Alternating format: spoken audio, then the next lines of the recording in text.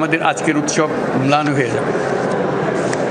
প্রচণ্ড নিষ্ঠুর পতিত স্বৈরাচারী সরকার এসব প্রতিষ্ঠানকে দিয়ে ক্ষমতা কুক্ষিগত করে রেখেছিল। আমরা তার এই প্রচেষ্টা ব্যর্থ করে প্রতিষ্ঠানগুলোর হারানো গৌরব ফিরিয়ে আনব। এই ঘৃণ্য চেষ্টায় ব্যবহৃত হয়ে যারা অপরাধ সংগঠিত করেছে তাদেরকে আইনানুগ বিচারের মাধ্যমে শীঘ্রই উপযুক্ত শাস্তি দেওয়া হবে। একই কথা দেশের সকল মন্ত্রণালয়, সংস্থা, শিক্ষা প্রতিষ্ঠান, নানা কর্মক্ষেত্রের জন্য প্রযোজ্য। সর্বত্র অপরাধীর বিচার হবে। আজ প্রত্যেকটি প্রতিষ্ঠান ও তার সদস্যরা নিজ নিজ কর্তব্য পালন করার মাধ্যমে দ্বিতীয় স্বাধীনতাকে উপভোগ করবেন, দেশকে গৌরবের শীর্ষে নিয়ে যাবেন এবং দেশবাসীকে এবং জগৎবাসীকে উপভোগ করার সুযোগ করে দেবেন। আমি জাতির পক্ষ থেকে প্রত্যেকে নির্ভয়ে আনন্দ চিত্তে নিজ নিজ কর্মস্থলে নিজ নিজ সামর্থ্য নিয়ে এগিয়ে আসতে অনুরোধ করছি।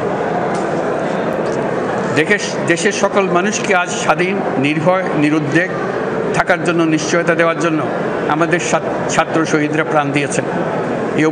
এই অভ্যুত্থানের মাধ্যমে সৃষ্ট সরকার দেশের প্রত্যেকের সরকার। এখানে থাকবে সকলের আকাঙ্ক্ষা পূরণের অধিকার। অরাজকতার বিষবাষ্প এখন যেই ছড়াবে, বিজয়ী ছাত্র জনতা সহ মুক্ত মানুষের আইনশৃঙ্খলা বাহিনীর পূর্ণ শক্তি তাকে ব্যর্থ করে দেবে। নিষ্ঠুর স্বৈরাচারী সরকার দূর হয়ে গেছে।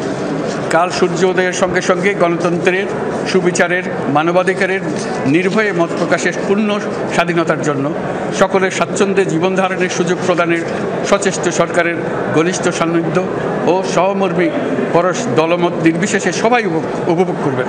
এটাই আমাদের লক্ষ্য। আমাদেরকে এই লক্ষ্য পূরণে সাহায্য করুন। সারা বিশ্ব আজ অবাক হয়ে বলছে, সাবাস বাংলাদেশ, সাবাস বাংলাদেশের ছাত্র জনতা। আমরা এই অর্জনটাকে আর অনেক দূর নিয়ে যেতে চাই। আমাদের ছাত্র জনতার জন্য কিছুই অসম্ভব নয়। আমাদের তরুণরা অসম্ভবকে সম্ভব করতে পারে, তারা সেজন্য প্রতিজ্ঞাবদ্ধ।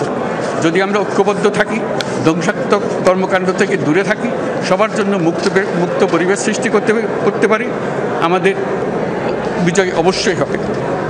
আল্লাহ, মহান আল্লাহ আমাদের সহায় হবে।